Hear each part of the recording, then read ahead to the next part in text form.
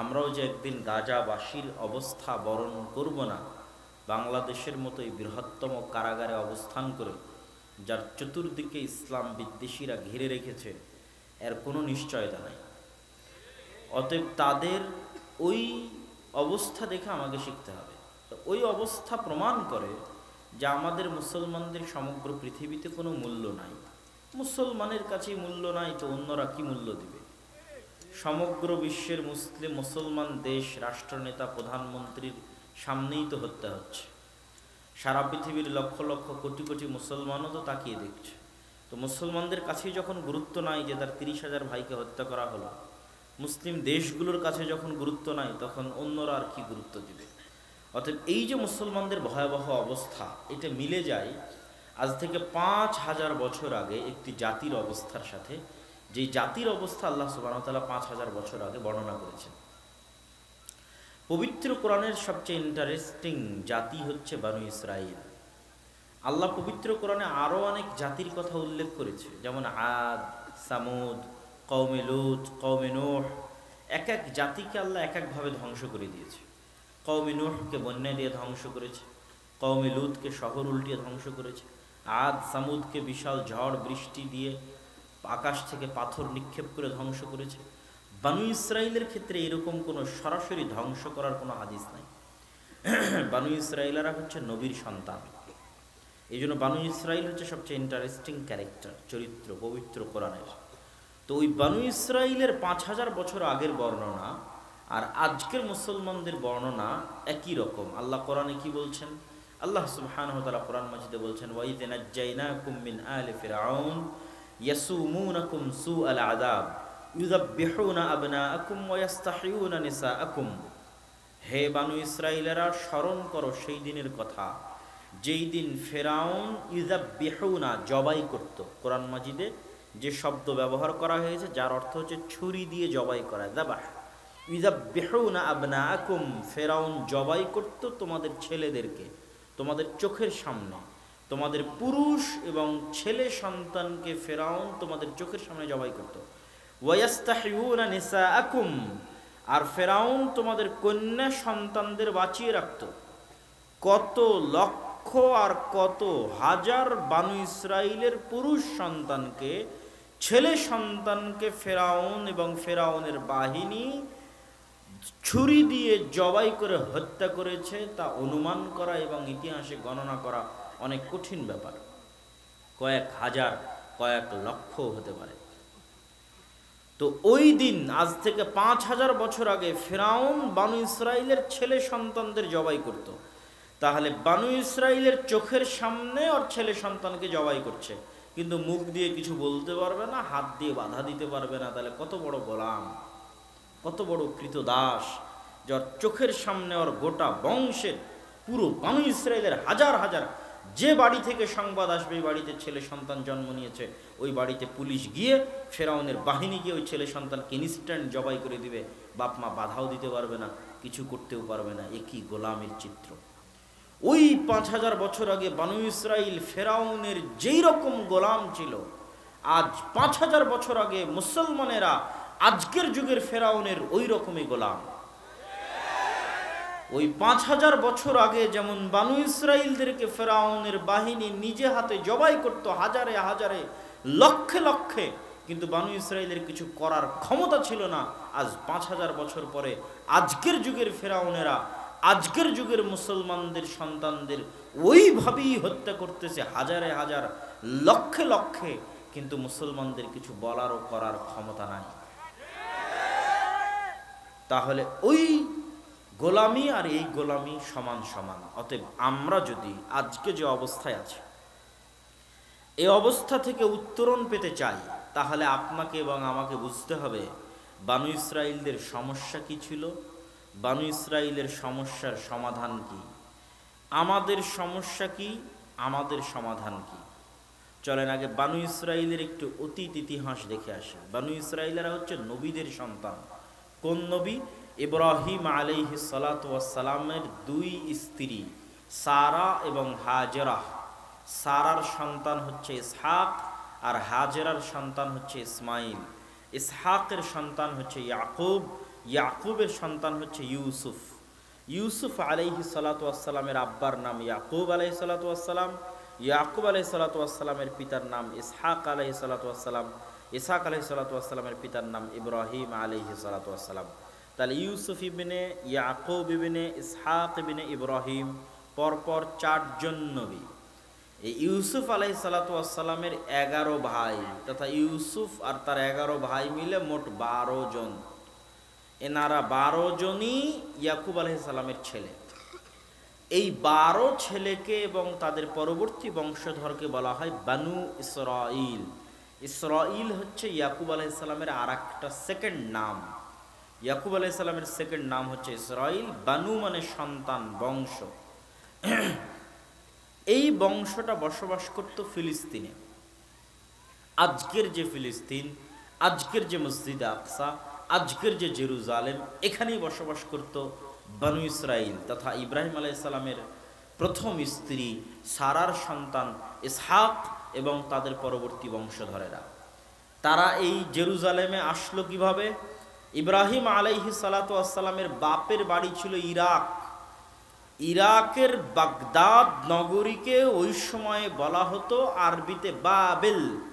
কোরআন মাজিদে এসেছে বিবাবেলা হারুত ওয়া মারুত।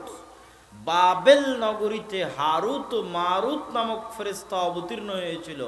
ওই বাবেল নগরীকে ইংরেজিতে বলা হতো ব্যাবিলন, আজও বলা হয় ব্যাবিলন। ওটি বাগদাদ থেকে অনতি দূরে। ওখানে বাপের বাড়ি ইব্রাহিম আলাইহিস সালাতু ওয়াস সালামের। বাপ যখন ইব্রাহিম আলাইহিস সালাতু ওয়াস সালামকে বাড়ি থেকে বের করে দিয়েছে, তখন ইব্রাহিম আলাইহিস সালাতু ওয়াস সালাম ইরাক থেকে বের হয়ে ফিলিস্তিনে আশ্রয় নিয়েছেন। তো ফিলিস্তিন হচ্ছে আজকে নাম ফিলিস্তিন, ওই দিন এর নাম ফিলিস্তিন ছিল না। ওই দিন নাম কি ছিল? ওই দিন নাম ছিল শাম বা সিরিয়া। মাত্র 1945-46, 25-50 বছরে অনেক নতুন দেশের জন্ম হয়েছে, যার কোনো নাম ইতিহাসের পাতায় ছিল না। সেটা আপনি আরব আমিরাত বলেন, কাতার বলেন, সেটা আপনি ফিলিস্তিন বলেন, জর্ডান বলেন, ইসরায়েল বলেন, এগুলো সব ব্রিটিশদের যখন তারা এই ঔপনিবেশিক শাসনামলে এই অঞ্চল শাসন করত, তাদের কারিশমা। মূলত এই অঞ্চলের ইসরায়েল, এই অঞ্চলের জর্দান, এই অঞ্চলের ফিলিস্তিন, এই অঞ্চলের লেবানন এবং এই অঞ্চলের বর্তমান সিরিয়া, এই 5টা দেশ মিলে বলা হয় আরবিতে শাম। তো ইব্রাহিম আলাইহিস সালাতু ওয়াস সালাম ইরাক থেকে বাবেল বাগদাদ থেকে হিজরত করে এসেছেন এই শাম বা সিরিয়ার জেরুজালেমে, বাপ যখন তাড়িয়ে দিয়েছে। আর এই একই জায়গায় হিজরত করে বা আল্লাহ বাঁচিয়ে পাঠিয়ে দিয়েছেন লূত আলাইহিস সালামকে।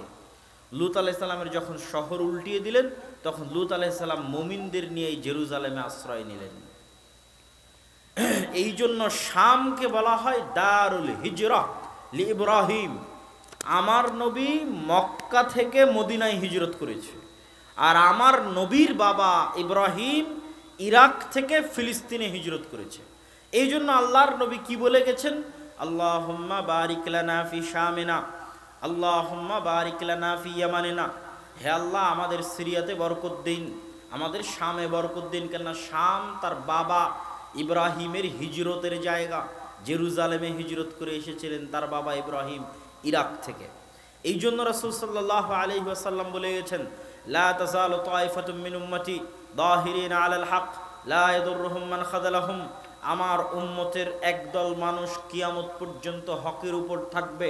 তোমরা যদি খুঁজে পেতে চাও এই একদল মানুষকে, তাহলে তাদেরকে তোমরা আমার বাবার হিজরতের জায়গা শাম এবং তার পার্শ্ববর্তী অঞ্চলে পাবে চিরদিন।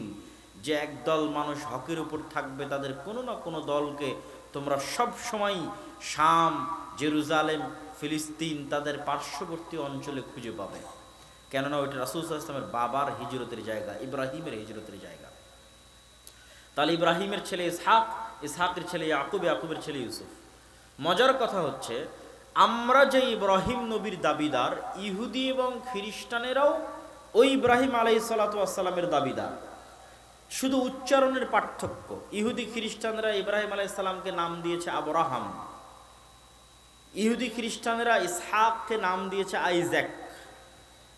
ইয়াকুবকে নাম দিয়েছে জ্যাকব, দাউদকে নাম দিয়েছে ডেভিড, ইউসুফকে নাম দিয়েছে জোসেফ, আইজ্যাক নিউটন মানে ইসহাক নিউটন, জোসেফ স্ট্যালিন মানে ইউসুফ স্ট্যালিন, আব্রাহাম লিঙ্কন মানে ইব্রাহিম লিঙ্কন। এই নামগুলো উচ্চারণ করে তাদেরকেই বোঝানো হয় যাদেরকে আমরা নবী বলছি, তাদেরকেই, কেননা তারাও মিল্লাতে ইব্রাহিমের দাবিদার। এই জিনিসটা আমাদের বুঝতে হবে।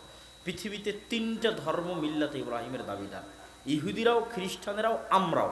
কিন্তু আল্লাহ কোরআনে আমাদের জন্য বলে দিয়েছেন আর তাদের জন্য বলে দিয়েছেন, মা কানা ইব্রাহিম ইয়াহুদিয়ান ওয়ালা নাসরানিয়ান। এই ইহুদি খ্রিস্টানেরা তোমাদের ক্লিয়ার করে দিচ্ছি, পরিষ্কার করে দিচ্ছি, তোমরা তো খুব দাবি করো যে তোমরা ইব্রাহিমের অনুসারী, তো ইব্রাহিম ইহুদিও ছিল না, খ্রিস্টানও ছিল না, ইব্রাহিম ছিল আল্লাহর সামনে আত্মসমর্পণকারী মুসলিম। অতএব তোমরা যদি সত্যিকার ইব্রাহিমের অনুসারী হও তাহলে মুসলিম হও। সম্মানিত উপস্থিতি, তো ইউসুফ আলাইহিস সালাম পর্যন্তই পুরো বংশ জেরুজালেমে। ইউসুফ আলাইহিস সালাতু ওয়াস সালাম, আপনারা খুব প্রসিদ্ধ ঘটনা জানেন, ভাইদের ষড়যন্ত্রে কুয়াতে নিক্ষিপ্ত হয়ে, কুয়া থেকে ব্যবসায়ীদের মাধ্যমে উদ্ধার হয়ে ব্যবসায়ীরা মিশরের বাজারে বিক্রি করলো। আজকে যেমন গাজা থেকে মিশরে যাওয়ার রাস্তা সহজ, আর দুনিয়ার কোথাও গাজাবাসী যেতে পারবে না, গাজা থেকে একমাত্র মিশরে যেতে পারবে, ঠিক সেই কালেও জেরুজালেম ফিলিস্তিন থেকে মিশরে যাওয়া সহজ। 5000 বছর থেকে ফিলিস্তিনের সাথে মিশরের যোগাযোগ। তো ইউসুফ আলাইহিস সালামকে ফিলিস্তিনের কুয়া থেকে নিয়ে মিশরের বাজারে বিক্রি করে দিল। মিশরের বাজারে এক বাদশার বাড়িতে বিক্রি হয়ে সেখানে তার বাড়িতে কাজ করে মিথ্যা অপবাদ মাথায় নিয়ে জেলে গেলেন। 7 বছর জেল খাটলেন। 7 বছর জেল খাটার পর বয়স যখন 30-35, তখন জেল থেকে বের হয়ে মন্ত্রী হলেন। জেল থেকে বের হয়ে যখন অর্থমন্ত্রী হলেন, তখন এবার নিজ মায়ের পেটের ভাই বিনিয়ামিনের মাধ্যমে বাকি 10 ভাইয়ের সাথে পরিচিত হয়ে বাবাকে ডেকে পাঠালেন।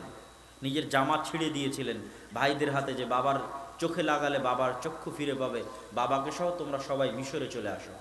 তখন বাবা ইয়াকুব আলাইহিস সালাতু ওয়াস সালাম তার 11 সন্তান এবং তাদের পরবর্তী বংশধর বিশাল 70 জনের পরিবার নিয়ে ফিলিস্তিন থেকে মিশর গেলেন ইউসুফ আলাইহিস সালামের কাছে। এবার বানু ইসরাইল মিশরে চলে আসলো।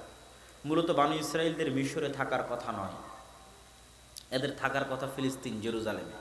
মিশরে চলে আসলো। ইউসুফ আলাইহিস সালামের মৃত্যুর পর ক্ষমতার পালা বদল হলে আগের সরকারের সাথে যার জোট ছিল, বানু ইসরাইলের জোট ছিল, তো ফেরাউন ক্ষমতা নেওয়ার পর আগের সরকারের জোট সঙ্গী বানু ইসরাইলের উপর অত্যাচার শুরু করলো, এই মর্মে যে সকল ধর্মগুরু ফেরাউনকে বলেছিল যে তোমার ক্ষমতা ধ্বংস হয়ে যাবে এই বানু ইসরাইলেরা যদি টিকে থাকে। এই অত্যাচার, এই নির্মম নির্যাতন চলল 300 বছর। ইউসুফ আলাইহিস সালাতু ওয়াস সালাম মারা গেলেন। ইউসুফ আলাইহিস সালাতু ওয়াস সালামের মারা যাওয়ার পর 300 বছর যাবৎ চলল ফেরাউনের জুলুম। 300 বছর পর নতুন একজন নবী আসলেন বানু ইসরাইলের মধ্যে, তার নাম মুসা।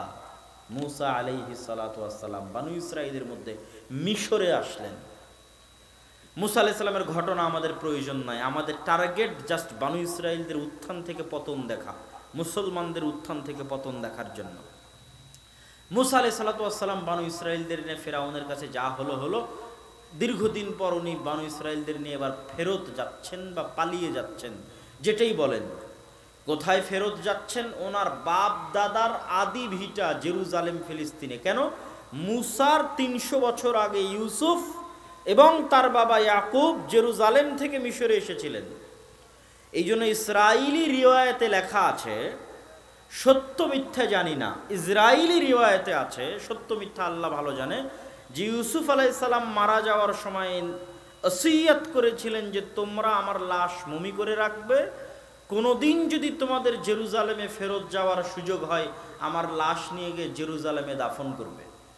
তো ইসরাইলি রিওয়ায়েতে আছে যে 300 বছর পর মুসা আলাইহিস সালাম যখন বানু ইসরাইলদের নিয়ে ফেরত যাচ্ছেন ওই ফিলিস্তিনে, ওই জেরুজালেমে, তখন তারা ইউসুফ আলাইহিস সালামের লাশটাও সাথে নিয়েছিলেন। বাকি আল্লাহ সুবহানাহু ওয়া তাআলা ভালো জানেন। তো সামনে যখন সমুদ্র পড়ল, আল্লাহ 12টা রাস্তা তৈরি করে দিলেন। 12টা কেন? ইয়াকুব আলাইহিস সালামের 12 সন্তান, ইউসুফ আলাইহিস সালাম আর তার 11 ভাই, তাদের বংশের মর্যাদার জন্য 12টা রাস্তা তৈরি হয়ে গেল। ফেরাউন ডুবে মরে গেল। আপনি এখনো ম্যাপে গেলে দেখবেন যে সমুদ্র পার হওয়ার পর মরুভূমি, ফিলিস্তিন পৌঁছা পর্যন্ত, জেরুজালেম পৌঁছা পর্যন্ত সৌদি আরব, মিশর, সিরিয়া, জর্ডান, ইসরায়েল, ফিলিস্তিন এই কয়টা দেশের মধ্যে ছড়িয়ে আছে বিস্তীর্ণ মরুভূমি, তার নাম সিনাই মরুভূমি। 3-4টা বাংলাদেশের সমান হবে এত বড় মরুভূমি, সিনাই মরুভূমি। তো মূসা আলাইহিস সালাম বানু ইসরায়েলদের নিয়ে সমুদ্র পার হয়ে মরুভূমিতে পড়ে গেলেন। আর যেই দেশে ঢুকবেন এই 300 বছরে তো ওই দেশে অন্যরা এসে বসবাস করছে, কেননা জেরুজালেম তো ওনারা 300-400 বছর আগে ছেড়েছে ইয়াকুব আলাইহিস সালাম তার 70 জনের পরিবার নিয়ে। তো আজ কেমনে তারা ওই জেরুজালেমে ঢুকবে? তো আগে মরুভূমিতে বসবাস। মরুভূমিতে যখন বসবাস, তো মরুভূমিতে পানির ব্যবস্থা নাই, আর পাশের সমুদ্রের লবণাক্ত পানি খাওয়া যায় না। আর এই মরুভূমিতেই হচ্ছে তুর পাহাড়, যেই তুর পাহাড়ে আল্লাহ মূসা আলাইহিস সালামের সাথে কথা বলেছেন, এই সিনাই মরুভূমিতেই। মিশর থেকে লোহিত সাগর পার হয়ে এই মরুভূমিতেই তুর পাহাড়। তো পানির নাই ব্যবস্থা। এবার আল্লাহ কোরআনে বলছেন, কোরআনের মধ্যে বানু ইসরাইলের ঘটনা যত বিস্তারিত আছে আর কোথাও নাই। আল্লাহ কোরআন মাজিদে বলছেন, ওয়াইদ ইসতাসকা মূসা লিকওমিহি ফাকুলনা ইদরিব বিআসাকাল হাজার ফানফাজারাত মিনহু ইসনাতা আশারাতা আইনা ক্বাদ আলিমা কুল্লু উনাসিম মাশরাবাহুম। যখন মূসার কওম বানু ইসরাইল মূসাকে বলল, এ মূসা, কোথায় নিয়ে আসলে? মরুভূমির মধ্যে পানির ব্যবস্থা নাই, তোমার আল্লাহকে বলো পানির ব্যবস্থা করে দিতে। আমি মূসাকে বললাম, তোমার হাতের লাঠি দিয়ে পাথরে আঘাত করো। মূসা লাঠি দিয়ে পাথরে আঘাত করলো, পাথর থেকে 12টা ঝর্ণা বের হলো। বলেন আল্লাহু আকবার।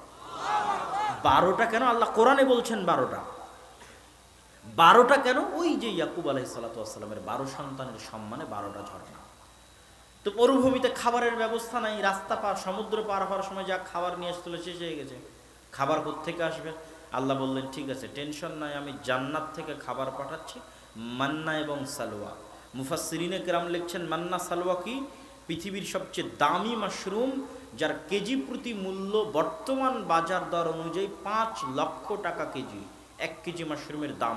পৃথিবীর সবচেয়ে দামি এবং উন্নত মাশরুম। আর কোয়েল পাখিও জাতি, এক প্রকার পাখি যারা আকাশ থেকে উড়ে আসতো, জান্নাত থেকে উড়ে আসতো, গাছে বসতো, সকালবেলা ধরে জবাই করে ওই মাশরুমের সাথে মুফাসসিরিনে কেরাম লিখছেন, গাছে ঝুলন্ত আকারে থাকতো, অথবা তাদের বাড়ির চালে বরফের বৃষ্টির মতো মাশরুম পড়ে থাকতো। এই মান্না এবং সালোয়া আল্লাহ তাদের খাবারের ব্যবস্থা করে দিলেন। এই যে তাদের উপর আল্লাহ পর পর কতগুলো দয়া করলেন। এক, আল্লাহ তাদেরকে ফেরাউনের কবল থেকে বাঁচিয়ে দিলেন, ফেরাউনকে ডুবিয়ে দিলেন। সমুদ্রের মধ্যে রাস্তা তৈরি করে দিলেন, তাদের জন্য মরুভূমিতে পানির ব্যবস্থা করে দিলেন, মরুভূমিতে জান্নাত থেকে খাবারের ব্যবস্থা করে দিলেন। এবার এই বানু ইসরাইলের পাল্টা উত্তর ব্যবহার দেখেন আল্লাহর সাথে। আল্লাহ করলেন এগুলো, এবার বানু ইসরাইলের ব্যবহার আল্লাহর সাথে, যা আল্লাহ নিজে কোরআনে বলছেন। কি ব্যবহার? ওয়াইদ ওয়া'আদনা মূসা 40 লাইলা। মূসা আলাইহিস সালাতু ওয়াস সালামকে আল্লাহ ডেকে পাঠালেন তার ইবাদতের জন্য তুর পাহাড়ে 40 রাত, 40 দিন। মূসা আলাইহিস সালাম যেই 40 দিন তুর পাহাড়ে আল্লাহর ইবাদত করেছেন, ওই 40 দিনের শেষ 10 দিন যুলহজ মাসের প্রথম 10 দিন। যুলহজ মাসের প্রথম 10 দিনে কি হয়? আরাফার সিয়াম, হজ, কুরবানি। ওই যুলহজের প্রথম 10 দিন মূসা আলাইহিস সালামের তুর পাহাড়ে কাটানো 40 দিনের শেষ 10 দিন। এই 40 দিনের মধ্যেই বানু ইসরাইলেরা বাছুরের পূজা করা শুরু করলো। বলেন নাউজুবিল্লাহ। আল্লাহ কোরআনে বলছেন, ফাত্তাখাযতুমুল ইজল, তোমরা বাছুরের পূজা করা শুরু করেছো, অনেক বড় অপরাধ, শিরক। 2, তারা কি করলো? মূসা আলাইহিস সালাতু ওয়াস সালাম যখন দূর পাহাড় থেকে তাওরাত নিয়ে এসে বানু ইসরাইলকে বললেন, এই যে তাওরাত আল্লাহর কিতাব, মানো। তখন বানু ইসরাইল বলল, লান নুমিনা হাত্তা নারাল্লাহ জাহরাতান, এই কিতাব ততক্ষণ পর্যন্ত মানব না যতক্ষণ না আমরা নিজে চোখে তোমার আল্লাহকে না দেখছি। বলে নাউজুবিল্লাহ।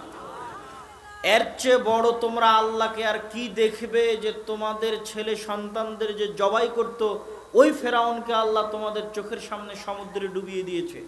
এর চেয়ে তোমরা আল্লাহকে চোখের সামনে আর কি দেখবে, যে তোমাদের জন্য আল্লাহ পাথর থেকে ঝর্ণা বের করে দিয়েছে, তোমাদের জন্য আল্লাহ জান্নাত থেকে দৈনিক খাবার পাঠাচ্ছে। তারপরও বলো, মূসা তোমার তাওরাতে ঈমান আনবো না যতক্ষণ না আল্লাহকে না দেখবো। আর কি করলো? তারা বলল, লান নাসবিরা আলা তুআমিন ওয়াহিদ ফাদউ লানা রাব্বাক ইউমবিত লানা মিম্মা তুখরিজুল আরদ মিন বাকলিহা ওয়া কিসাইহা ওয়া ফুমিহা ওয়া আদাসিহা ওয়া বাসালিহা। মুসা, এই প্রত্যেক দিনের এক খাবার মান্নার সালোয়া আমাদের ভালো লাগে না। বলে নাউজুবিল্লাহ।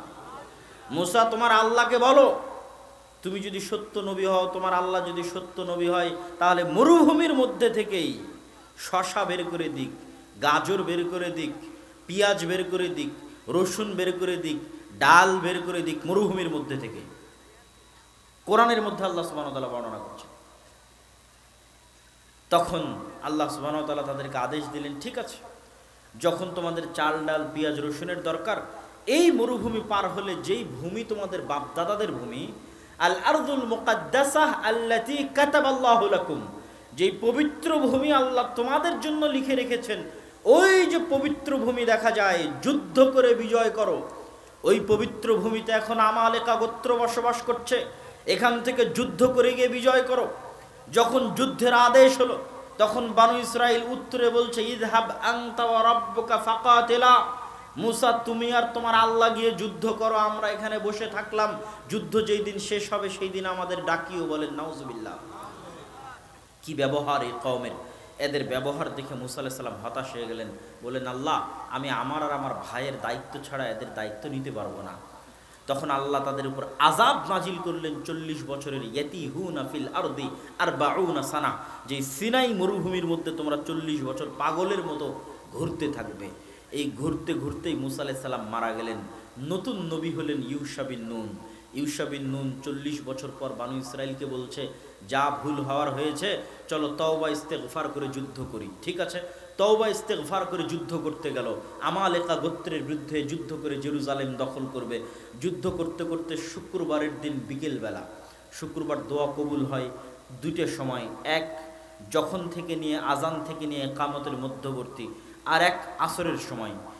সূর্য ডুবে গেলেই শনিবার, শনিবার ইহুদি ধর্ম অনুযায়ী যুদ্ধ। ফলত ইউশা বিন নুন আল্লাহর কাছে দোয়া করলেন, আল্লাহ, আজকে যদি আপনি সূর্যকে থামিয়ে দেন, তাহলে আমরা যুদ্ধ সম্পূর্ণ করে জেরুজালেম বিজয় করতে পারবো। আল্লাহ, আজকের জন্য আপনি সূর্য থামিয়ে দেন, না হলে সূর্য ডুবে গেলে যুদ্ধ বন্ধ হয়ে যাবে, আবার রবিবারের আগে যুদ্ধ শুরু করতে পারবো না। সেই রবিবারে জেরুজালেম বিজয় করতে পারবো কিনা জানি না। রাসূল সাল্লাল্লাহু আলাইহি ওয়াসাল্লাম বলছেন, সহিহ হাদিস এবং বুখারীতেও এসেছে, যে পৃথিবীতে মাত্র একজনের জন্য আল্লাহ সূর্য থামিয়ে দিয়েছিলেন, সেটা ইউশা বিন নুনের জেরুজালেম বিজয় করতে দেওয়ার জন্য। কোন কোন মুহাদ্দিসের কথা অনুযায়ী কয়েক ঘন্টা, কোন কোন মুহাদ্দিসের কথা অনুযায়ী কয়েক দিন সূর্য যেখানে ওখানে স্থির দাঁড়িয়েছিল। বলেন আল্লাহু আকবার। জেরুজালেম বিজয় হয়ে গেল। এতগুলো অপরাধ করার পর এই বানু ইসরাইলকে আল্লাহ জেরুজালেম বিজয় করতে দিলেন, কিন্তু ওদেরকে ছোট্ট একটা আদেশ দিলেন। আল্লাহ কোরআনে বলছেন যে, ঠিক আছে, এত অপরাধ করার পর যখন জেরুজালেমে ঢুকছো, একটা কাজ করবা, মাথাটা রাখবা নত, আর মুখে আল্লাহর জিকির থাকবে এইভাবে যে হিত্তাতুন। হিব্রু হিত্তাতুনের আরবি হচ্ছে আস্তাগফিরুল্লাহ। মাথা নত করে জেরুজালেমে ঢুকবা আর মুখে বলবা আস্তাগফিরুল্লাহ, আস্তাগফিরুল্লাহ আল্লাযী লা ইলাহা ইল্লা হুয়াল হাইয়ুল কাইয়্যুম ওয়া আতুবু ইলাইহি, আস্তাগফিরুল্লাহ, আস্তাগফিরুল্লাহ। যেহেতু আগে অনেক অপরাধ করেছো, আস্তাগফিরুল্লাহ বলবা আর শহরে প্রবেশ করবা। এবার আল্লাহ নিজেই কোরআনে বলছে, জানো বানু ইসরাইল কি করেছিল? আমার এই আদেশের বিরোধিতা করতে গিয়ে মাথা এরকম উঁচু করে, পিছনটা আগে দিয়ে, আর মুখে হিত্তাতুনের পরিবর্তে হিনতাতুন, গমের দানা, গমের দানা, গমের দানা।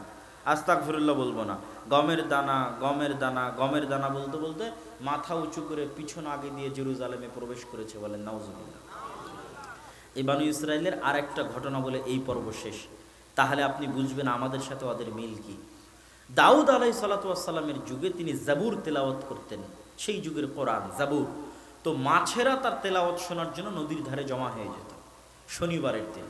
আল্লাহ বললেন, শনিবারের দিন তোমরা মাছ ধরবে না, কেননা এই মাছগুলো আমার বাণী, আমার কোরআন, আমার জাবুর শোনার জন্য আসে। বানু ইসরায়েলরা কি করলো? শনিবারের দিন যে মাছগুলো তেলাওয়াত শুনতে এসেছে, ওগুলোকে বেড়া দিয়ে, বানা দিয়ে ঘিরে রেখে দিল, ধরলো না। যে মাছগুলো আটকা থেকে গেল। শনিবার পার হয়ে যখন রবিবার হলো, তখন ওই মাছগুলোই যেগুলো জাবুর শুনতে এসেছিল, কোরআন শুনতে এসেছিল, ওই মাছগুলোকে যে আটকে রেখেছিল এরা বেড়া দিয়ে, বানা দিয়ে, রবিবারের দিন ওই মাছগুলোকে ধরে নিল। বলেন নাউজুবিল্লাহ। আল্লাহর আদেশের সাথে কত বড় মুনাফিকি, কত বড় ধোঁকাবাজি। আল্লাহ বললেন ঠিক আছে, এদের একদলকে আমি বানর বানিয়ে দিলাম। এখানেই বিজ্ঞানীরা ভুল করেছে। বিজ্ঞানীরা দেখেছে যে মানুষের ডিএনএর সাথে বানরের ডিএনএ সবচেয়ে বেশি মিলে। তার মানে মনে হয় মানুষ আগে বানর ছিল, আস্তে আস্তে মানুষ হয়েছে। কিন্তু ইসলাম বলছে আর সম্পূর্ণ উল্টাটা। ইসলাম কি বলছে? যে বানরের ডিএনএর সাথে মানুষের ডিএনএ মিলে মানে আল্লাহ যদি কোনোদিন কোনো মানুষকে দ্বিতীয় কোনো প্রাণীতে পরিণত করতে চায়, তো মানুষকে আল্লাহ মুরগি বানাবে না, গরু বানাবে না, মহিষ বানাবে না। কেন? ওগুলোর সাথে মানুষের ডিএনএ মিলে না। মানুষকে যদি আল্লাহ মনে করে এক রাতে দ্বিতীয় কোনো প্রাণীতে পরিণত করবে, তাহলে শরীরের মধ্যে সামান্য পরিবর্তন করে দিলেই সকালবেলা মানুষ উঠে দেখবে সে বানর হয়ে গেছে। বলেন নাউজুবিল্লাহ। এটা অস্বাভাবিক কিছু নয়। বানু ইসরাইলের মধ্যে আল্লাহ ঘটিয়েছেন, আমাদের মধ্যেও ঘটাতে পারেন এবং ঘটাবেন। এটা হাদিসে এসেছে, বানু ইসরাইলের সাথে যা হয়েছে এই উম্মতের সাথেও তাই হবে। এবার আসেন আলোচনার সারমর্ম। তাহলে এই গেল নবীর সন্তানদের অবস্থা। কোথায় ছিল ইব্রাহিম আলাইহিস সালাম, কোথায় ইসহাক, কোথায় ইয়াকুব, আর কোথায় ইউসুফ, আর কোথায় 300 বছর পর তাদেরই সন্তানেরা বলছে আল্লাহকে না দেখলে আল্লাহকে মানব না। বলছে তুমি আর তোমার আল্লাহ গিয়ে যুদ্ধ করো। বাছুরের পূজা করছে। আল্লাহ যখন শহরে ঢুকতে বলছে জিকির পাল্টিয়ে দিচ্ছে। যখন মাছ ধরতে নিষেধ করছে ধোঁকাবাজি দিয়ে মাছ ধরছে। তাদেরই সন্তান, ব্লাডলি কানেক্টেড, রক্ত সম্পর্কিত সন্তান।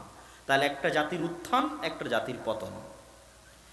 ওই জাতির সাথে বানু ইসরাইলের সাথে আমরা যে মিলব, আমরা যে এই যুগের বানু ইসরাইল, আজ 5000 বছর পর আমরা মুসলিম উম্মাহ, আমরা যে এই যুগের বানু ইসরাইল, এটা এই কথা আমি বানিয়ে বলছি না।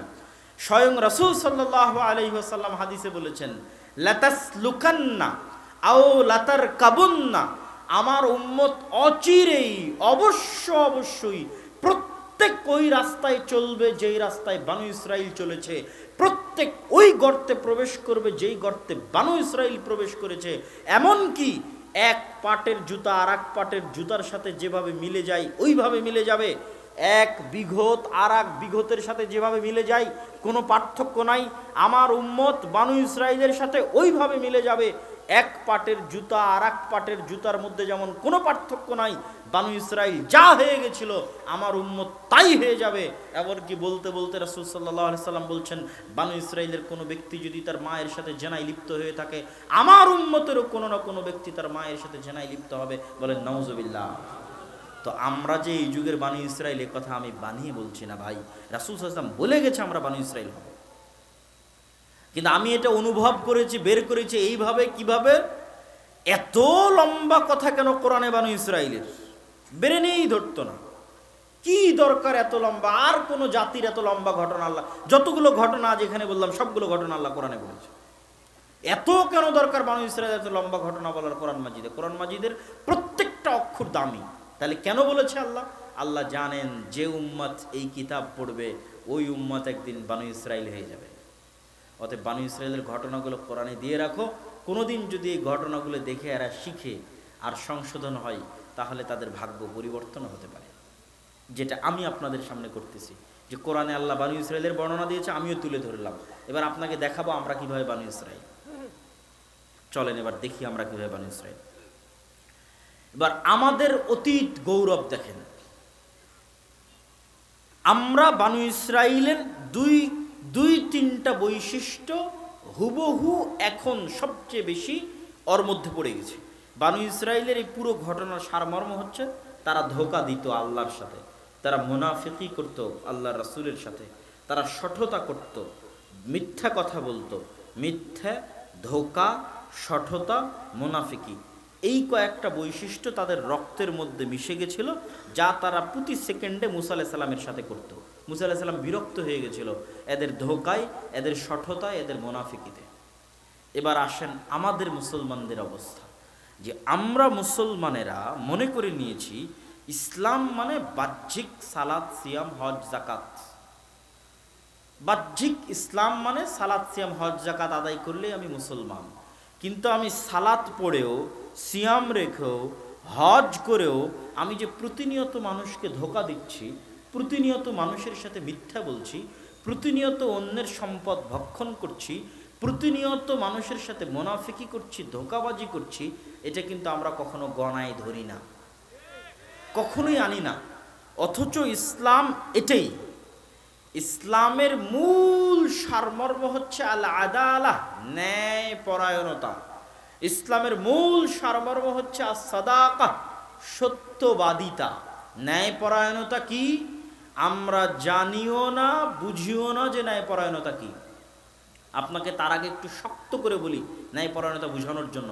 মনে করেন আজ বাংলাদেশের সব মানুষ নামাজি হয়ে গেল, আজ বাংলাদেশের সব মা এবং বোন পর্দাশীলা হয়ে গেল। তো এখন বাংলাদেশ যেভাবে চলছে, সবাই নামাজি, সবাই পর্দাশীলা, তা আপনি কি এই দেশকে ইসলামী দেশ বলবেন? অনেকেই বলবে যে হ্যাঁ, এটা তো ইসলামী দেশ, এখানে 5 ওয়াক্ত নামাজ হয়, সবাই পর্দা করে। আমি বলবো জি না, আপনি বুঝেনি যে ইসলাম কাকে বলে এবং ইসলাম কি, ইসলামী রাষ্ট্র মানে কি, আর ইসলাম মানে কি। এই দেশ তখনই ইসলামী দেশ হতে পারবে, পৃথিবীর যে কোনো মুসলিম দেশ তখনই ইসলামী রাষ্ট্র হতে পারবে যখন তার প্রত্যেক নাগরিকের সাথে ন্যায় পরায়ণতা করতে পারবে। একজন নাগরিকও কোনো কারণে কারো দ্বারা চুল পরিমাণ অত্যাচারিত হবে না, নির্যাতিত হবে না, ধোকায় পড়বে না, তখন হচ্ছে ওটা ইসলামী দেশ। ইসলাম মানে বাহ্যিক সালাত, বাহ্যিক সিয়াম, বাহ্যিক হজ নয়। এই জিনিসটা আমরা বুঝি না দেখেই আমাদের দেশের হাজারো শত লাখো মানুষ অন্যায়ভাবে মানুষের সম্পদ লুণ্ঠন করে, দুর্নীতি করে, ধোঁকা দিয়ে, মিথ্যা বলে টাকা ইনকাম করে চলে গেছে হজ করতে। তাহলে ও যে মিথ্যা বলে, দুর্নীতি করে, ধোঁকা দিয়ে টাকা ইনকাম করলো, আবার ওই টাকা দিয়ে হজ করতে চলে গেল, তাহলে এই ধোঁকাটা ও কাকে দিতে চাচ্ছে? এ তো বানু ইসরাইল। ওই যুগের বানু ইসরাইল যা করতো, ওই যে বেড়া দিয়ে বানা দিয়ে ঘিরে রেখে পরের দিন সকালবেলা ধরে নিয়েছে। ধোঁকা, ধোঁকাবাজ, মিথ্যু। এরা তো ধোঁকাবাজ, মিথ্যু। তাহলে এরা তো এই যুগের বানু ইসরাইল, এরা তো জানেই না যে ন্যায় পরায়ণতা কি। আপনাকে বুঝায় ন্যায় পরায়ণতা কি। ওমর রাদিয়াল্লাহু তাআলা আনহু 10 জন জান্নাতের সুসংবাদ প্রাপ্ত সাহাবীদের একজন, ইসলামের দ্বিতীয় খলিফা, রাসূল সাল্লাল্লাহু আলাইহি ওয়াসাল্লাম যাদেরকে শহীদ হওয়ার কথা বলেছেন, ইসলামে অগ্রিম জানিয়ে দিয়েছেন, তাদের মধ্যে একজন ওমর রাদিয়াল্লাহু তাআলা আনহু। তার কোনো ইবাদতের এবং আমলের কমতি ছিল না, আর কোনো বড় গুনাহ ছিল না যে তাকে মদিনা থেকে জেরুজালেম অর্ধেক রাস্তা পায়ে হেঁটে যেতে হবে। ওমর রাদিয়াল্লাহু তাআলা আনহু বেনামাজিও ছিলেন না, ওমর রাদিয়াল্লাহু তাআলা আনহু বেনামাজিও ছিলেন না, ওমর রাদিয়াল্লাহু তাআলা আনহু বড় দানশীল ছিলেন। ওমর রাদিয়াল্লাহু তাআলা আনহু দানের ঘটনা আপনারা জানেন, যে তাবুকের যুদ্ধে তার পুরো অর্ধেক সম্পত্তি নিয়ে তিনি উপস্থিত হয়েছিলেন রাসূল সাল্লাল্লাহু আলাইহি ওয়াসাল্লামের দরবারে। আর আজকে আমরা যে প্রোগ্রাম আয়োজন করছি, এই প্রোগ্রাম হচ্ছে অত্র অঞ্চলের প্রত্যেক মুসলমানের সন্তানকে মসজিদে দিন শিক্ষা দেওয়ার ব্যবস্থা করার জন্য। কোরআন শিখবে মক্তবে, দিন শিখবে মক্তবে, সালাত, সিয়াম এবং মৌলিক আদব কায়দা শিখবে মক্তবে। বর্তমান ধ্বংসাত্মক শিক্ষা সিলেবাসে স্কুলে যাওয়ার আগেই। অতএব এই উন্নত মানের কাজে আপনাদেরকেও ওমর রাদিয়াল্লাহু তাআলা আনহুর মতো অর্থনৈতিক সহযোগিতা নিয়ে গিয়ে আসা উচিত। আমার বক্তব্য চলতে থাকবে, বক্তব্য সামনের দিকে আগাতে থাকবে। যদি আপনাদের ধৈর্যচ্যুতি না ঘটে, যদি আপনারা শান্তি মতো বসে থাকেন, তাহলে আমি একটু সময় নিয়ে আলোচনা করতে চাই। কোনো সমস্যা? তাড়াহুড়া করে আলোচনা শেষ না করে একটু সময় নিয়ে আপনাদেরকে এই বিষয়টা বুঝিয়ে যেতে চাই। অতএব উঠে বিশৃঙ্খলা সৃষ্টি না করে শান্তিপূর্ণভাবে বসে থাকেন। আর এর মধ্যেই যারা দায়িত্বশীল আছে তারা আপনাদের মধ্যে যাচ্ছে, তাদের জন্য আপনারা, আপনাদের সন্তানেরা কোরআন শিখবে, এই লক্ষ্যে তাদের হাতে ফি সাবিলিল্লাহ, আল্লাহর সন্তুষ্টির জন্য 5 টাকা, 10 টাকা, কেউ যদি মনে করেন যে বাকি থাকলেন পকেটে টাকা রেখে, তাহলে এটাকে মনে করতে হবে অশুভ লক্ষণ আপনার জন্য, যে আপনি নিজে হতভাগা, দুর্ভাগা, যে এত বড় মজলিসে উপস্থিত থেকেও আপনার অন্তর এতটুকু নরম হলো না যে আপনি আপনার সন্তানেরা কোরআন শিখবে মসজিদের মক্তবে, তার জন্য আপনি কিছু সহযোগিতা করবেন। বলছিলাম ওমর রাদিয়াল্লাহু তাআলা আনহু মদিনা থেকে জেরুজালেম গেছেন অর্ধেক রাস্তা পায়ে হেঁটে। তো ওমর রাদিয়াল্লাহু তাআলা আনহুর কি অপরাধ? তিনি কি সালাত আদায় করতেন না? তিনি কি দান করতেন না? তিনি কি রাতে তাহাজ্জুদের সালাত আদায় করতেন না? সবই করতেন, তাহলে অর্ধেক রাস্তা পায়ে হাঁটলেন কেন? অর্ধেক রাস্তা পায়ে হেঁটে ওমর রাদিয়াল্লাহু তাআলা বুঝাতে চেয়েছেন ইসলাম মানে শুধু সালাত সিয়াম নয়। ইসলাম মানে আমি ওমর, আমি শাসক, আমার শাসন চলা অবস্থায় আমার একটা চাকর, আমার একটা গোলামও যেন বলতে না পারে কিয়ামতের মাঠে যে আমি ওমর ন্যায় পরায়ণতা করিনি। যদি আমার একটা গোলামও বলে বসে যে ওমর তার শাসনকালে ন্যায়পরায়ণতা করেনি, তাহলে আমি ওমর ইসলামী শাসন চালাতে পারিনি, আমাকে পদত্যাগপত্র দিতে হবে, পদত্যাগ দিয়ে বিদায় নিতে হবে। শুধু ন্যায়পরায়ণতা ঠিক রাখতে অর্ধেক রাস্তা ওমর রাদিয়াল্লাহু তাআলা পায়ে হেঁটেছেন। আপনি বলবেন এটা তো গেল তাদের বিষয়, আমাদের মধ্যে ন্যায়পরায়ণতা কি? আপনাদের মধ্যে ন্যায়পরায়ণতা দেখাচ্ছি। এত মানুষ এখানে উপস্থিত আছেন, সবাইকে লক্ষ্য করে জিজ্ঞেস করতেছি, আপনি নামাজি, আপনি হাজি, আপনি দানবীর, মসজিদ কমিটির সভাপতি, জালসার অতিথি, আপনার উদ্দেশ্যে আমার প্রশ্ন, আপনি যদি আপনার বোনের সম্পত্তি, আপনার বোন তার বাপের সম্পত্তিতে যে ভাগ পাবে, এই সম্পত্তি বুঝিয়ে দিতে গড়িমসি করেছেন, এই সম্পত্তি বুঝিয়ে দিলেও দেরিতে বুঝিয়ে দিয়েছেন, সম্পত্তি দেরিতে বুঝিয়ে দিলেও আপনি ভালো জায়গায় বোনকে সম্পত্তি দেননি, ভালোটা আপনি নিয়েছেন, পচাটা অচলটা বোনকে দিয়েছেন। আপনি নামাজি হলেও, আপনি হাজি হলেও আপনি জান্নাতে যেতে পারবেন না যদি আপনার বোন আপনাকে ক্ষমা না করে। এর নাম ইসলাম, এর নাম ন্যায়পরায়ণতা। আপনি অসৎ, অন্যায়পরায়ণ, আপনার সালাত, আপনার সিয়াম, আপনার হজ আপনাকে জান্নাতে নিয়ে যেতে পারবে না। কেননা ইসলাম ন্যায়পরায়ণ দিন। এই দিনের যিনি রব প্রতিপালক উনি ন্যায়পরায়ণ, এই দিনের যিনি নবী তিনি ন্যায়পরায়ণ। আল্লাহ সুবহানাহু ওয়া তাআলা ওপেন ঘোষণা দিয়ে রেখেছেন, ইন্নী হারামতু যুলমা আলাইয়া। শোনো দুনিয়ার মানুষ, আমি আল্লাহ তোমাদের রব হিসেবে বলছি, আমি আমার উপর জুলুম করাকে হারাম করে নিয়েছি। কেমনভাবে হারাম করে নিয়েছি জানো?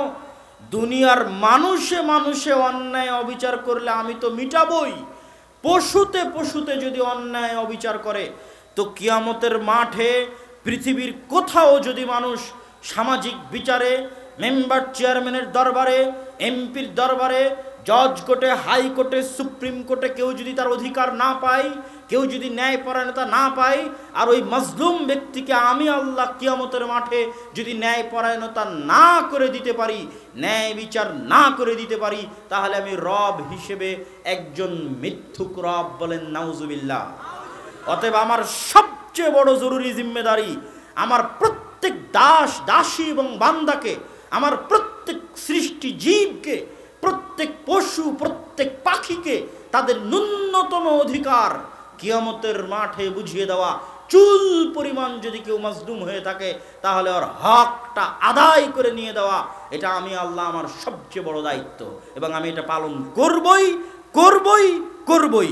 এখন কেউ যদি বিশাল নামাজ নিয়ে উপস্থিত হয় যে আমি তাহাজ্জুদ গুজার, কেউ 10টা হজ 50টা উমরা নিয়ে উপস্থিত হয়েছে, হাজি উমরাকারী, কিন্তু আল্লাহ তো ন্যায় বিচারক। আল্লাহ যদি আজকে ওর হজ দেখে, ওর উমরা দেখে, ওর দান দেখে, ওর সালাত দেখে তার একটা বান্দার উপর জুলুম করেন, তাহলে আল্লাহ সুবহানাহু ওয়া তাআলা তার দাবিতে মিথ্যুক বলে গণ্য হবেন। এই জন্য আল্লাহ তাদের সালাত, সিয়াম, হজ, যাকাত দেখবেন না, আগে দেখবেন আমার এই বান্দাটা মাজলুম। দুনিয়ার জজ court, high court, supreme court, MP, মন্ত্রী, চেয়ারম্যান কেউ তাকে ন্যায় বিচার দিতে পারেনি।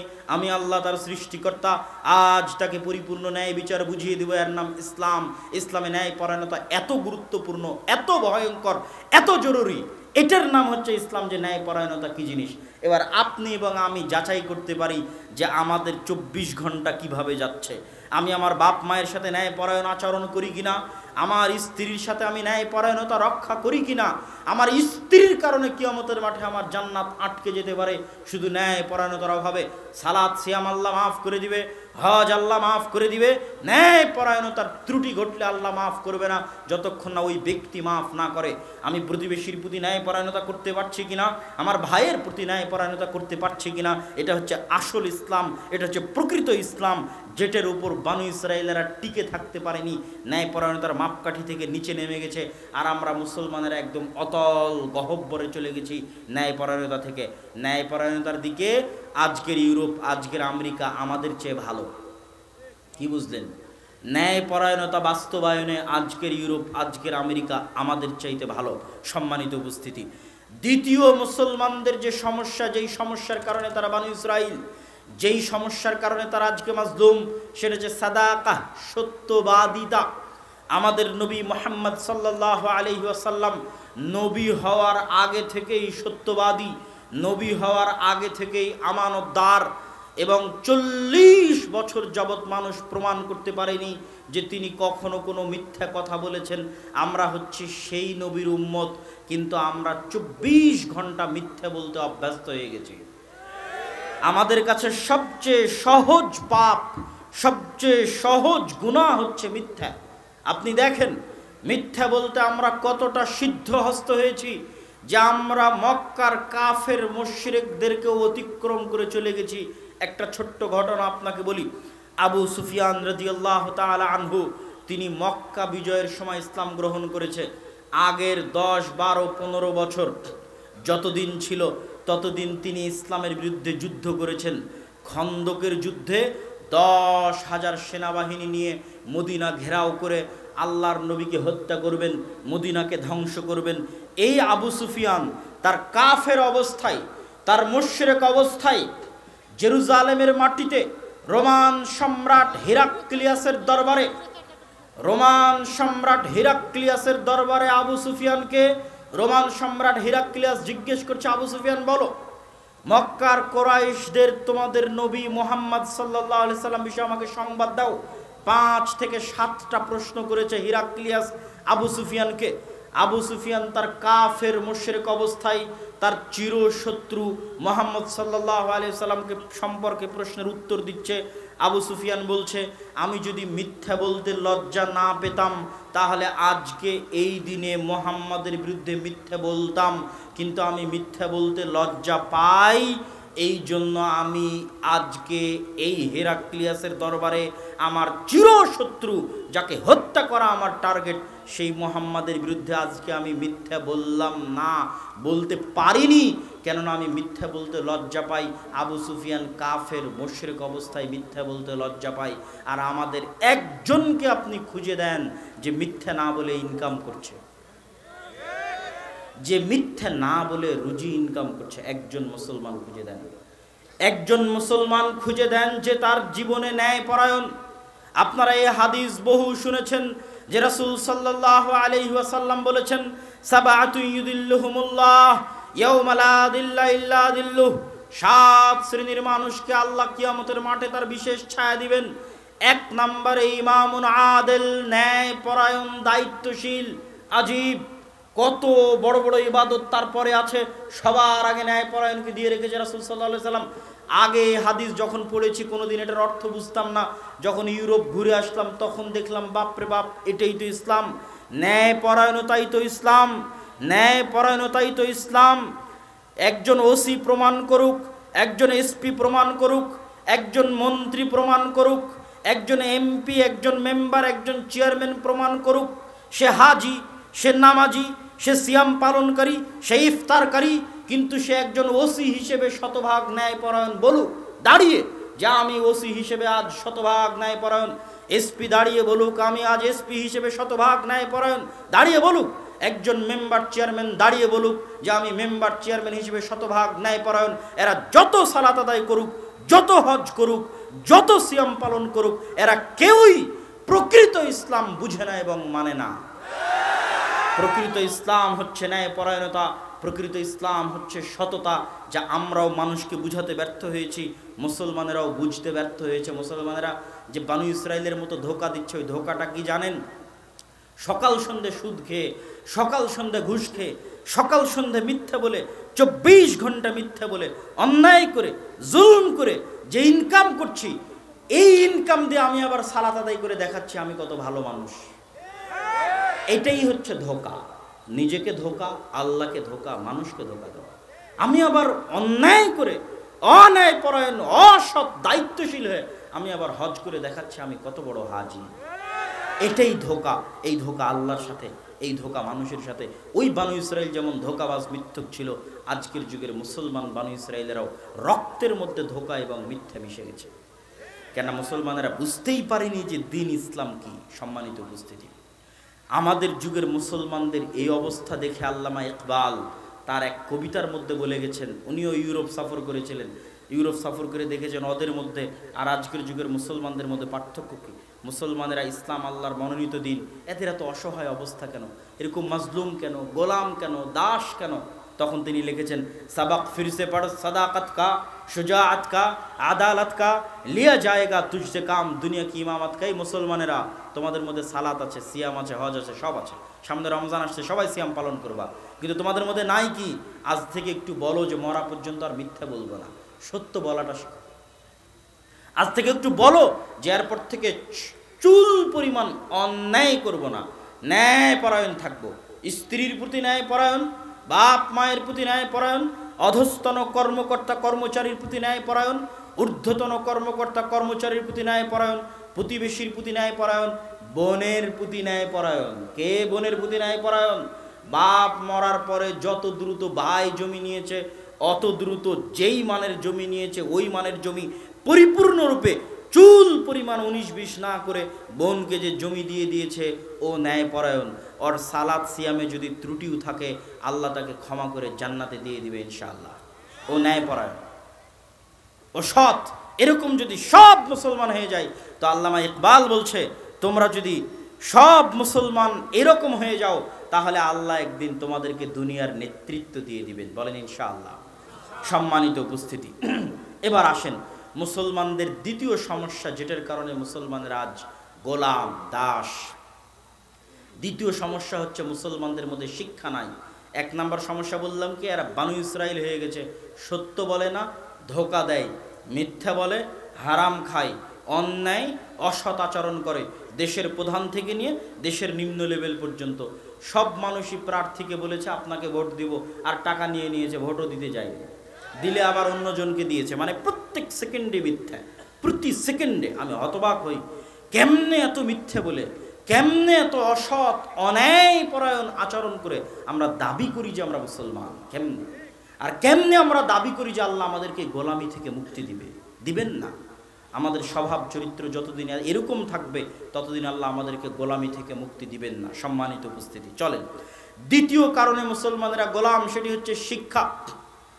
আজ সমগ্র পৃথিবীতে যারা পৃথিবীর শাসক, তারা শিক্ষা জ্ঞানে গুণে আমাদের চাইতে 500 বছর এগিয়ে আছে।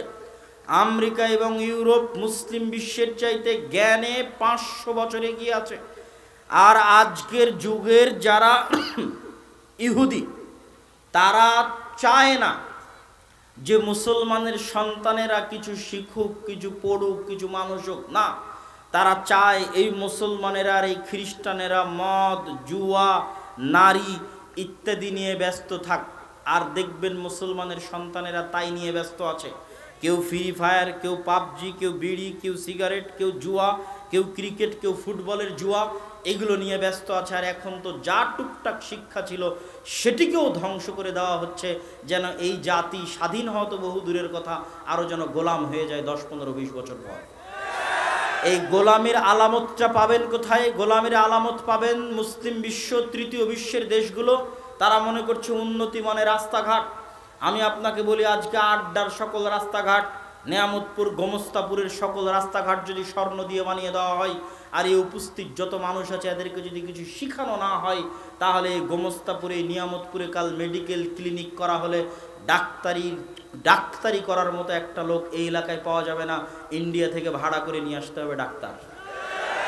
তাহলে আড্ডার লোক কি করবে? আড্ডার লোক ওই ক্লিনিকে ঝাড়ু দিবে, আর পিয়ন, ঝাড়ুদার আর পিয়নের চাকরি করবে, লেবার আর মিস্ত্রির চাকরি করবে, কিন্তু রাস্তা স্বর্ণ দিয়ে বানানো আছে। তো স্বর্ণের রাস্তা দিয়ে কি করবে? যেমন আজ মসজিদ কমিটিগুলোর অবস্থা, যেটা আজকে আমাদের প্রোগ্রামের মুখ্য উদ্দেশ্য।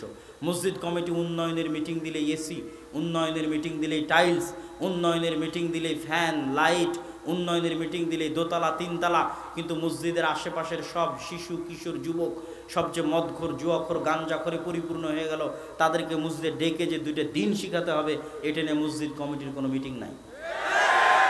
এই জন্য আমি বলেছি যে ওই মসজিদ কমিটিকে 24 ঘন্টার মধ্যে পদত্যাগ করতে হবে যে মসজিদ কমিটি তার মসজিদে দিন শিক্ষার ব্যবস্থা করতে পারবে না।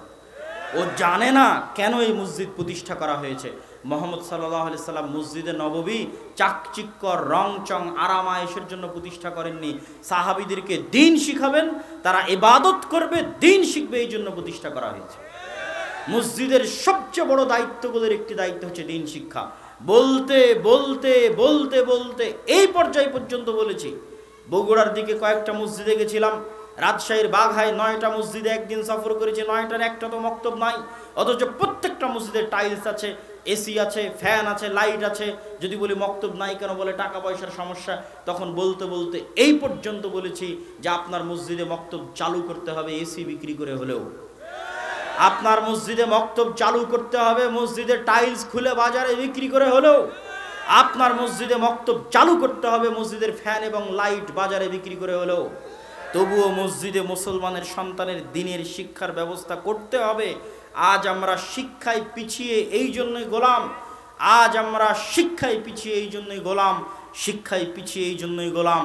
সম্মানিত উপস্থিতি, মুসলমানেরা তৃতীয় আর একটা কারণে বর্তমান পৃথিবীতে গোলামির জীবন যাপন করছে। প্রথমে বলেছি সৎ নই, ন্যায়পরায়ণ নই, মিথ্যা বলি। তারপরে বলেছি শিক্ষা নাই, আমরা শিক্ষা নিয়ে গুরুত্ব দেই না, আমাদের দেশ দেয় না, রাষ্ট্র দেয় না। বড় বড় মধ্যপ্রাচ্যের দেশগুলো কোটি কোটি টাকা পর্যটন আর বিনোদনে শেষ করে দিচ্ছে, শিক্ষার কোনো গুরুত্ব নাই। মুসলমানদেরকে শিক্ষিত করে জ্ঞানী করে তাদেরকে স্বাধীন করো, এই বিষয়ে ফোকাস নাই, বরং পর্যটন আর বিনোদনে টাকা পয়সা নষ্ট করা হচ্ছে। আর যাদের কাছে অল্প টাকা আছে এরা উন্নয়নের নামে কেউ রাস্তাঘাট বানিয়ে আর কেউ মসজিদে এসি আর ওই টাইলস লাগিয়ে টাকাগুলো নষ্ট করে দিচ্ছে। কারো কাছে শিক্ষার গুরুত্ব নাই। এই দিনটা শিক্ষার দিন, জ্ঞানের দিন। শিক্ষা এবং জ্ঞানে উন্নতি না হলে গোলামি থেকে মুক্তি মিলবে না। 3, সুদী অর্থনীতি। মুসলমানদেরকে গোলাম বানিয়ে রেখেছে সুদী অর্থনীতি। সুদী অর্থনীতি শুধু মুসলমানকে গোলাম বানায়নি, পৃথিবীর সাইকেল কিনতে পারবেন না যদি সরকারের কাছ থেকে সুদে লোন না নেন। সুদ গোলামি, মানুষের আত্মমর্যাদা বিক্রি করে দেয়, আত্মসম্মান বিক্রি করে দেয়, মাথা নত করে দেয়, মুখ খুলতে দিবে না সত্যের জন্য। কেননা টাকার কাছে গোলাম হয়ে আছে, ঋণের কাছে গোলাম হয়ে আছে, সুদের কাছে গোলাম হয়ে আছে। সুদ কিভাবে গোলাম বানিয়েছে জানেন? সুদ মানুষকে তো গোলাম বানায় বানায়, সুদ দেশকে পর্যন্ত গোলাম বানায়। আমি বাংলাদেশের উদাহরণ বাদই দিলাম, পাকিস্তানের কথা বলেন। পাকিস্তানের প্রধানমন্ত্রী একটা গোলাম দেশের গোলাম প্রধানমন্ত্রী, পাকিস্তানের সেনাপতি একটা গোলাম দেশের গোলাম সেনাপতি। তাহলে এবার বাংলাদেশের কথাও বুঝে নেন, বাকি অন্য আর 10টা মুসলিম দেশের কথাও বুঝে নেন। গোলাম দেশ, গোলাম প্রধানমন্ত্রী, গোলাম দেশ, গোলাম সেনাপতি। কেন ভাই? সুদের কাছে গোলাম। পাকিস্তান যে পরিমাণ IMF-এর কাছে লোন নিয়েছে, আর এই সমস্ত মুসলিম দেশগুলো যে পরিমাণ সুদী অর্থনৈতিক লেনদেনের সাথে জড়িত, এরা কোনোদিন মুখ দিয়ে সত্য বলতে পারবে না। কেন ফিলিস্তিনে গাজার 30,000 মানুষ মারা গেল আর কেউ মুখ দিয়ে উচ্চারণ করতে পারলো না শব্দ? সবাই গোলাম। সেই গোলামির একটা কারণ হচ্ছে সুদী গোলামি, সুদী অর্থনীতির কাছে গোলাম। এই জন্য আল্লাহ এবং আল্লাহর রাসূল সুদ থেকে এত পরিমাণে সতর্ক করেছে, সুদ থেকে তো বহু দূরের কথা, সাধারণ স্বাভাবিক কর্য থেকে পর্যন্ত সতর্ক করেছে। সাধারণ স্বাভাবিক কর্যেরও মূলনীতি ইসলামে। কর্জে হাসানা দেওয়া অনেক নেকির কাজ। আল্লাহ কোরআনে বলছেন ওয়াকরিদুল্লাহ করজান হাসানা, তোমরা আল্লাহকে কর্জে হাসানা দাও। একটা মানুষ বিপদে পড়েছে, ওকে কর্জে হাসানা দেওয়া মানে আল্লাহকে কর্জে হাসানা দেওয়া। তবুও কর্জে হাসানা নিয়ে কেউ এসি কিনবে, কর্জে হাসানা নিয়ে কেউ ফ্রিজ কিনবে, কর্জে হাসানা নিয়ে কেউ মোটরসাইকেল কিনবে, কর্জে হাসানা নিয়ে কেউ বাড়ি বানাবে, এটা কখনোই ইসলাম নয়। রাসূল সাল্লাল্লাহু আলাইহি ওয়াসাল্লাম তখনই কর্জে হাসানা নিতে বলেছেন, আর তখনই কর্জে হাসানা দিতে বলেছেন যখন মেডিকেলে আছে, অপারেশনের দরকার, মরে যাচ্ছে, পড়াতে পারছে না, বাঁচতে পারছে না, টিকতে পারছে না, তখন যাও কারো কাছে কর্জে হাসানা চাও। আর তখন মানুষকে বলা আছে, মুসলমানকে বলা আছে তোমরা কর্জে হাসানা দিবা। সাধারণ কর্জনীয় মানুষ আরাম আর আয়েশের জিনিস কিনবে, এটা ইসলাম সমর্থন করে না। কর্জ মানুষকে গোলাম বানায়, মানুষের আত্মমর্যাদা বিক্রি করে দেয়, মাথা নত করে দেয়, অন্তর ছোট করে দেয়, মিথ্যা বলা শিখায়, ধোঁকা দেওয়া শিখায়। আপনি কি মিথ্যা বলেন না? লোন কিস্তি পরিশোধ করতে গিয়ে বলেন না? বলেন না? বলেন বলেন লোন কিস্তি পরিশোধ করতে গিয়ে মিথ্যা বলতে হবে। কর্জ, লোন, সুদ মানুষের মাথা নত করে, মানুষের আত্মমর্যাদা বিক্রি করে দেয়, আত্মসম্মান বিক্রি করে দেয়, মিথ্যা বলা শিখায়, ধোঁকা বলা শিখায়। এই জন্য আল্লাহর নবী বলেছে যে তোমরা কর্জে হাসানা নিও, আরাম আয়েশের জিনিস কিনবে না। বিপদে পড়ছো, বাঁচো না, তখন কর্জ নিতে গেছে, সেটা আলাদা। আর আমরা সুদে লোন নিয়ে, বিপদে পড়ে সুদে নিলাম তা না, সুদে লোন নিয়ে আরাম আয়েশের জন্য এসি কিনেছি, ফ্রিজ কিনেছি, বাড়ি কিনেছি। আমার কোনোদিন স্বাধীনভাবে মুখ খোলার সুযোগ থাকবে না। আমি গোলাম, আমার ছেলে গোলাম, আমার পরবর্তী প্রজন্ম গোলাম, আমার দেশ গোলাম, আমার দেশের দায়িত্বশীলেরাও গোলাম। সুদ মানুষকে গোলাম বানায়। সম্মানিত উপস্থিতি, তাহলে আমার পুরো বক্তব্যের সারমর্ম আপনাদের সামনে পেশ করে দিই। আজকে আপনাদেরকে গুরুত্বের সাথে মনে রাখতে হবে যে আল জামিআহ আস-সালাফিয়া এদেশের এক ব্যতিক্রম ধর্মী, ওইখানে একটা গুরুত্বপূর্ণ কথা ছুটে গেছে জামিয়া সালাফের কথা বলার আগেও, যে শুধু আমি আপনাদের বিষয়ে বললাম, মেম্বার, এমপি, মন্ত্রীর বিষয়ে বললাম, মাদ্রাসা, মসজিদ আর আলেম ওলামা কি ছুটে যাবে? জি না। মাদ্রাসা, মসজিদ, আলেম ওলামাদের কাছে গেল নামাজ, সালাত, হজ, জাকাত সবই পাবেন। কি পাবেন না ভাই? ন্যায় পরায়ণতা পাবেন না, সততা পাবেন না। এটা ইসলামী দলে যোগ দেন, এটা ইসলামী সংগঠনে যোগ দেন, যে বেশি চামচামি করতে পারবে ওই দলের নেতা অকি পদ দিয়ে বসে আছে। যান আপনি একটা মাদ্রাসায় যান, কমিটি অন্যায় পরায়ণ, মাদ্রাসার প্রিন্সিপালের কাছে যান, অন্যায় পরায়ণ। এদের কাছে দেশ দিলে কোনোদিন এরা দেশও চালাতে পারবে না।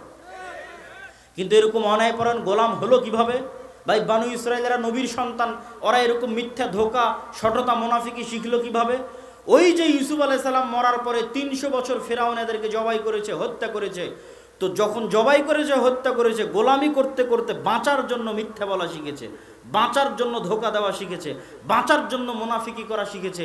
এই জন্য আল্লাহ মুসা আলাইহিস সালামকে গোলামদের সাথে বড় করেনি, মুসা আলাইহিস সালামকে নিয়ে গেছে ফেরাউনের বাড়িতে, স্বাধীন হয়ে বড় হও, আত্মমর্যাদা, আত্মসম্মান নিয়ে বড় হও। মুসা আলাইহিস সালাম আত্মমর্যাদা, আত্মসম্মান, স্বাধীন নিয়ে বড় হয়েছে।